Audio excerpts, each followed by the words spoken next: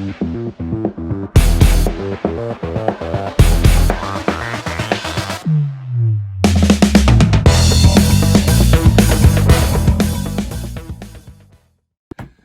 everyone, today we're going to talk about topwaters. I received a question from a subscriber the other day about when to throw a popper versus a walking bait.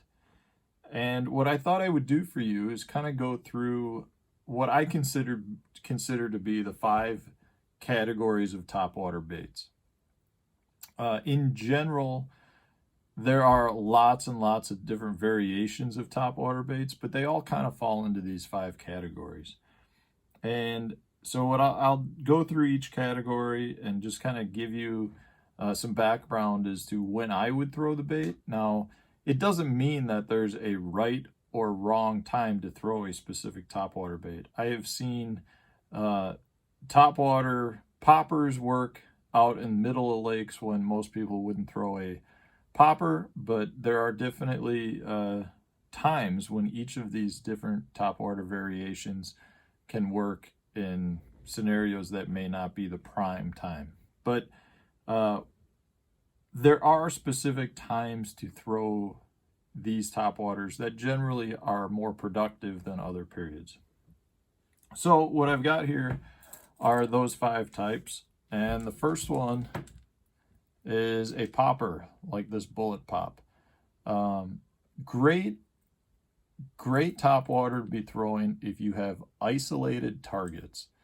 The fact that you throw it out, you pop it and let it sit, keeps that bait in the strike zone for a long period of time. And I really like throwing topwater poppers if I've got isolated targets, whether that's a stump or a lay down tree or a very defined grass line, or holes inside of emergent grass, scenarios where, really there might be it's a much smaller strike zone. So, maybe you work the bait for 5 feet and you're done for that cast. You're throwing to a specific target.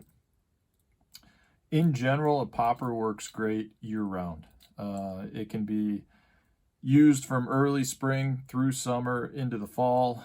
I do think that the popper generally shines once you hit the spawning period through summer. And then, I don't throw it quite as much in the fall, but it works year round. It's a great bait. The popper style topwaters have been around for 100 years. It's one of the first true topwaters that was produced, and there's a reason pretty much every company out there makes a topwater popper at this point, because they catch a lot of fish.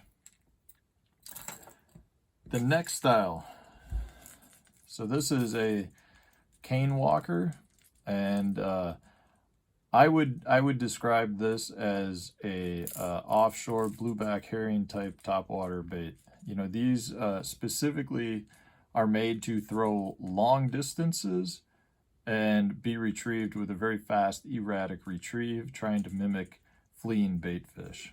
And in general, anytime you're throwing something like this cane walker, what you're going to be looking for are good shad groups, and in areas where most likely those shad are spawning or are close to spawning areas.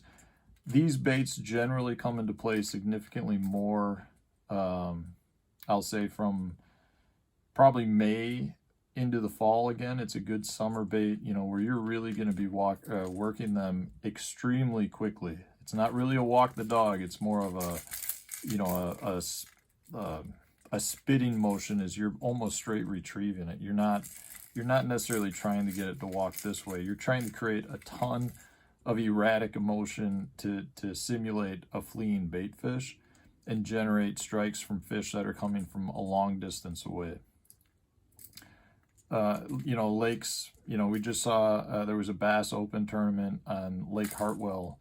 I want to say it was in August, and a lot of guys were fishing around cane piles offshore, throwing topwaters in 20 feet of water. The cane walker is definitely a great bait. This style bait is great for that. Long cast to schooling fish. It's kind of what the whole idea is. So next up, we've got a surge shad. This is just a minnow bait that is meant to stay on the surface. You know, in general, you know, this would be classified as a wake bait because it's literally meant to be slowly retrieved so it stays on the surface. You know, wake baits are great. They excel, I would say, in a pre-spawn through the spawn period. It drives fish crazy during that window. I mean, it's an absolute killer in like the Ozarks region, but it catches fish everywhere, and it really is underutilized outside of that window, but it really works good around the spawning phase. It's a huge player for me up here in the North Country when the smallmouth are on beds. I'll bring this over those, you know, those shallow sandy flats where the smallmouth are spawning, and it's a really good locating bait. You don't always catch them on it, but a lot of times you'll get the fish to come up and show themselves, so you know roughly where that bed's at, and you can go back and catch them.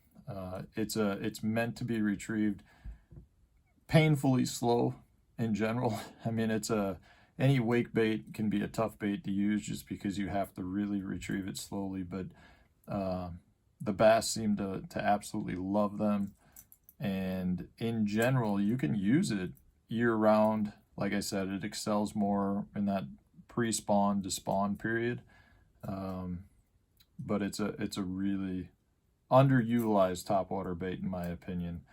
The one thing I really like about the surge shad here is it has a reflective little mirror type thing on the bottom, so when it is walking back and forth, gives off a nice flash that I think draws some fish up from deeper water. This is my wake bait of choice, but in general you want to make sure you've got a wake bait in your tackle box because it does catch a lot of fish. So next up, we've got a walk the dog style topwater. This is a jaywalker. Again, you know, this is one of the most classic style topwater body styles, and most companies at this point have a walk the dog topwater bait. The Head and Zara Spook was kind of the original one that, you know, was developed years and years ago, and now, you know, a lot of different models and variations out there. It's a great all-around topwater bait. Again, for me, this bait excels really from post-spawn through the summer and then into the fall. You know, if you're around schooling fish, or if you've got isolated targets where the fish might not be necessarily on that specific item, but in that general area, this walk the dog style bait works great. You know, you could get struck pretty much anywhere on your cast, so you don't have to be fishing isolated targets. I feel like in clear water, this is a really good topwater bait, like all around topwater bait to choose, because you can throw it around the targets, but at the same time you can throw it out on big flats, and you can draw up a lot of fish from deeper water. I will say, if you're fishing clear water, I would definitely go with a translucent bait. That seems to generate a lot more strikes than a solid colored bait. So the last style topwater, I would say is really more of the buzzer style bait. You know, whether that's a buzzbait or a prop style hard bait like this Chapo, they all kind of do the same thing. You know, they're meant to be retrieved at relatively quickly speeds so that you can cover a lot of water. This bait is dynamite in the fall. I mean, it's dynamite year round, but it really seems to shine once you're in late summer into the fall. You know, it seems like every year at the the Forest Wood Cup or the FLW title championships that, you know, these topwater, you know, chopper type baits generate a lot of bites and are usually somewhere up near the top of the leaderboard. It's really a great bait. You know, the Buzzbait, the difference for me between throwing a Chopo or throwing a Buzzbait is the cover I'm fishing. If there's a lot of grass pieces in the water or I'm throwing into tight areas, I throw the Buzzbait because that's it's relatively snag free. You get stuck with it, but a lot less than you would be throwing a treble hook bait into those areas.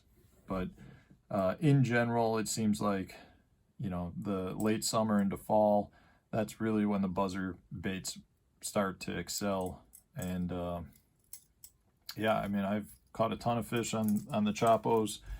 So, you know, that's kind of where I'm at with my topwater baits. You know, I hope that helps kind of break down when to choose a certain style over another. Again, I want to stress, I don't think there's a right or wrong time to throw any of these baits. And in fact, I think topwater in general is more underutilized than it should be. You draw really good strikes, and there are days, even when the conditions go against what should be a good topwater day, there are days that a topwater will generate significantly more strikes than, you know, a subsurface bait, even though the conditions are telling you that topwater shouldn't be the bait you're throwing. I have found that to happen numerous times, and I always make sure I've got a couple of topwaters rigged up throughout the day and make sure I take some casts to keep it honest, because when it's on, it's really good. So I hope this helped clarify up some of your topwater questions. Please like and subscribe, and if you have any other questions regarding topics that you want me to cover, please leave those in the comment section. I'd be happy to talk about them.